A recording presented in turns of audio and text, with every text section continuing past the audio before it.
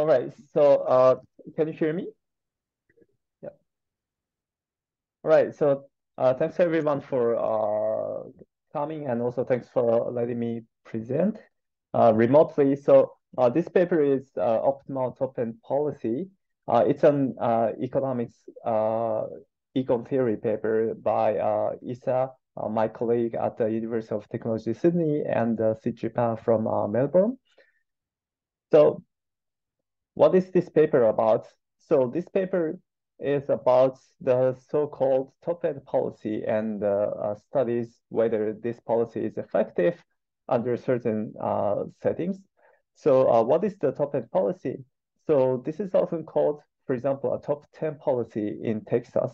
But in general, this is a policy that guarantees admission to every high school student in the top-end fraction of their class. So that means that when, for example, high schools are segregated, then this is used as an affirmative action policy that guarantees admission from even like remote or disadvantaged areas of high schools. So this is interesting in the sense that as opposed to race-based affirmative action policy, this is a color-blind policy in the sense that this policy doesn't use the information of your race or gender directly, and it only uses the information of which school you attend. And this type of policies have been mandated in state universities in California, Texas, Florida, and we also have observations in Australia as well. But the literature shows little evidence of the effectiveness of this policy. So you can see that many papers examine the effectiveness of this in increasing diversity in the university campus, and the effect is little or limited. And there are many reasons, but one of the reasons that we focus on is, okay, students may have strategically changed their high schools, relocated to different high schools, especially with a lower achievement, just in order to get admission through this policy. So this is the like disadvantage of color-blind affirmative action policy in general, because it is not tied to your gender or race, which is difficult to manipulate. But students or families may be able to manipulate these schools or like affiliations by some cost. So to study this phenomenon, like we built a game theoretic model of high school relocation associated with the top-end policy, and theoretically study, okay, how can we make it effective, and what is the diversity enhancing version of this top-end policy. So we have two sets of results. The first studies, okay, asks, okay, how effective is it? And especially when students or families may strategically relocate, and also when especially like minorities may be more difficult to move across high schools compared to majority students, then our first result says that this policy may even segregate minority students from the university compared to the school blind policy, which is a benchmark in which like no school information is used. So that means that this policy may have even a negative result in terms of the integration and diversity enhancing property of this policy. And the second part, we will consider how to fix this problem. So what is the optimal level of eligibility? We consider a particular policy level, an eligibility requirement, which says, for example, that okay, so for you to be eligible for this policy, then you need to be staying at a new high school for at least 1 year of your high school or something, which is usually kind of costly for students, because if they strategically move to new high schools, then they are not desirable high schools for them. So increasing this eligibility requirement basically increases the cost of relocation for students or families. And we study, okay, is this level of eligibility requirement monotone in the effectiveness of the policy? then our answer is that in most cases, yes, but in some cases, an intermediate level of requirement is optimal in the sense that it is not the effect is not monotone in this eligibility requirement. So this is one of the most surprising results in our paper. So the time is limited for my presentation, but let me show you the model briefly, quickly, and then provide the two theorems corresponding to 1 and 2 more formally. So we consider a simple model of relocation game associated with the top-end admission policy. So the model is quite relatively simple. We consider just one target university's admission. So there are no multiple university and there's no matching type of issues. And we consider a mass of students who have the following characteristics. One, the educational achievement A, which is assumed to be fixed. And the second is the high school that they originally belong to. So they're originally a student of one of these three high schools, S3 or 2 or 1. And they have different socioeconomic status group, G upper bar or G lower bar.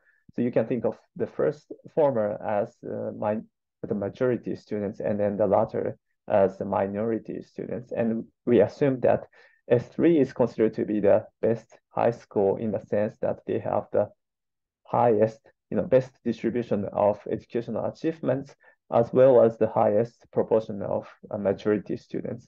And next, S2 and S1 third. So we consider this a hierarchical structure of high schools and compare the following policies.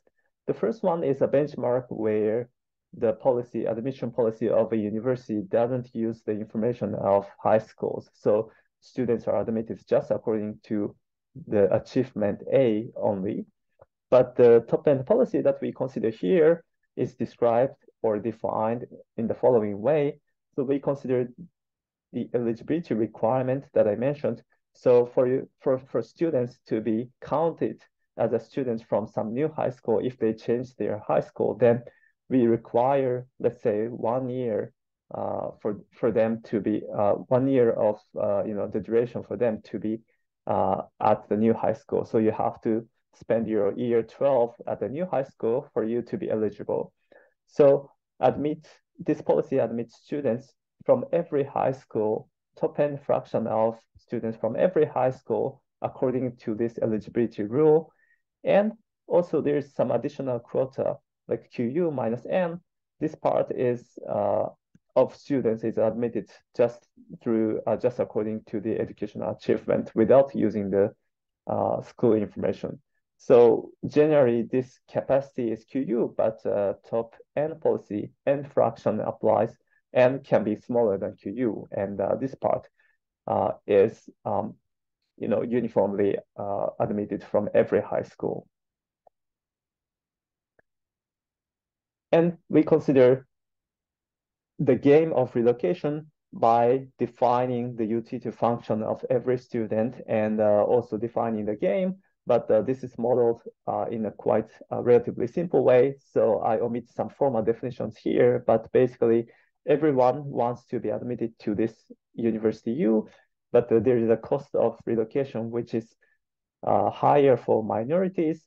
And also they don't want to move early in the sense that they want to minimize the time at the new high school because this is a strategic move. So they prefer their original high school, but and they want to move as late as possible. But for you to be eligible, like some students may need to, may decide to relocate at some certain point, incentivized by the policy. So they want to relocate as late as possible. That is the assumption on the cost function, and also they want to move to a school as close as possible in terms of the school indices. So there are 1, 2, 3. So 3 students from school 3 wants to move to 2, but they don't prefer to move to 1, and so on.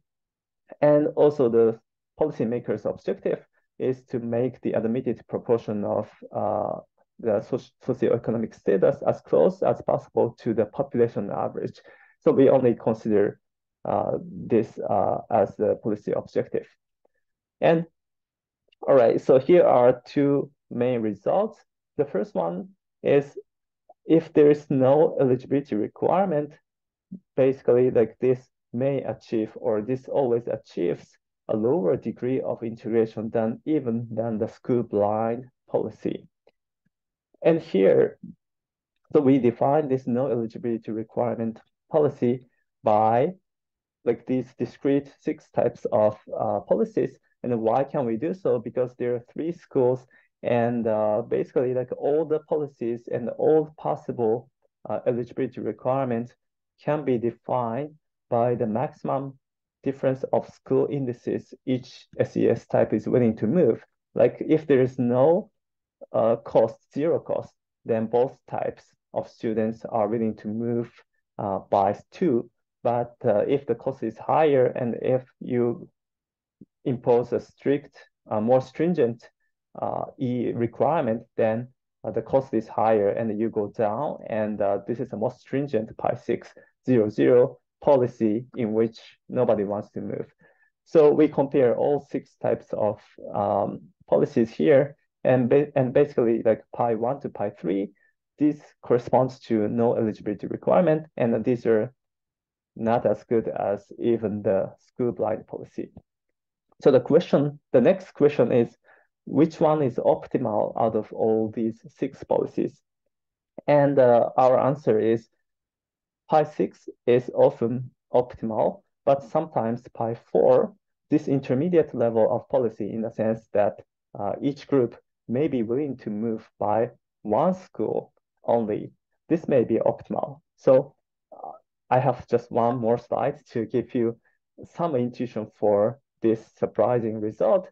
So this is a little technical here, but the point here is that we characterize the cases where this complicated or intermediate policy Pi 4 may be more optimal, or maybe may achieve a higher integration than Pi 6, which suppresses any relocation incentive. So this graph basically shows that the Pi 6 achieves this proportion of enrollments to the university and proportion from every high school, and this green part. So this green part makes some bias to the majority students because like more of the high school 3 students will be admitted through this top-end policy, even if there's no relocation at all.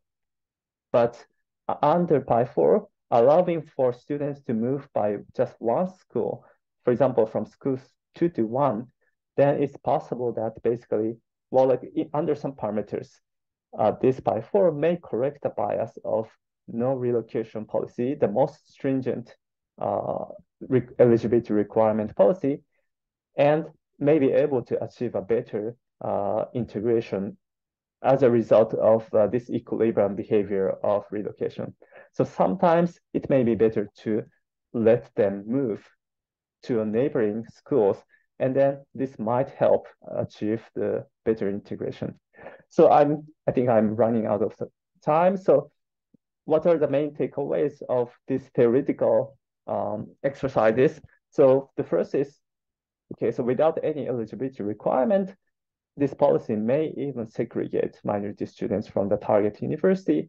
And also the effect of this eligibility requirement is not monotone in achieving a better integration. So the policymaker would need a careful choice of this eligibility requirement for successfully implementing a top-end policy. Right, so this is everything. And thank you for your attention.